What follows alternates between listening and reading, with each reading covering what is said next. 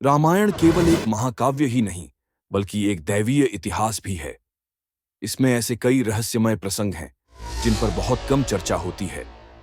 एक ऐसा ही रहस्य छिपा है रामायण के गुप्त अध्याय में, जिसे बहुत कम लोग जानते हैं। वाल्मीकि द्वारा छिपाई गई भविष्यवाणी। ऐसा कहा जाता है कि महर्षि वाल्मीकि ने रामायण के कुछ अंश जानबूझकर छिपा दिए थे। इनमें से एक अध्याय में राम के भविष्य से जुड़ी एक अद्भुत भविष्यवाणी थी। कहा जाता है कि यह भविष्यवाणी इतनी गूढ़ थी कि यदि इसे आम जन को बताया जाता तो समय चक्र में बदलाव आ सकता था। रहस्यमय भविष्यवाणी का संकेत, कुछ विद्वानों का मानना है कि इस छिपे हुए अध्याय में बताया गया था कि भगवान राम का जन्म हर युग में होगा, लेकिन हर बार वे एक नई पहचान और नए उद्देश्य के साथ अवतरित होंगे। यह इस बात का भी संकेत देता है कि रामायण केवल त्रेता युग तक सीमित नहीं है, बल्कि यह हर युग में अलग रूप में घटित होती रहती है। हनुमान जी का अमर रहस्य।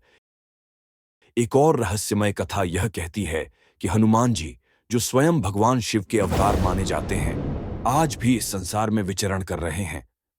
कुछ संतों ने दावा किया है कि उन्होंने हिमालय की कंदराओं में या गहरे जंगलों में हनुमान जी के दर्शन किए हैं। कहते हैं कि जब तक पृथ्वी पर राम का नाम लिया जाता रहेगा, हनुमान जी जीवित रहेंगे। श्री राम का अंतिम समय और उनका रहस्यमय गमन, राम के धरती से प्रस्थान का वर्णन भी बहुत रहस्यमय है। कुछ कथाओं के अनुसार जब राम ने जल समाधि ली, तब वे सरयू नदी में विलीन हो गए।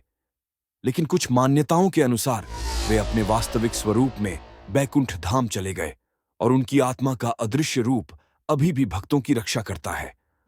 रामायण का संदेश और रहस्य।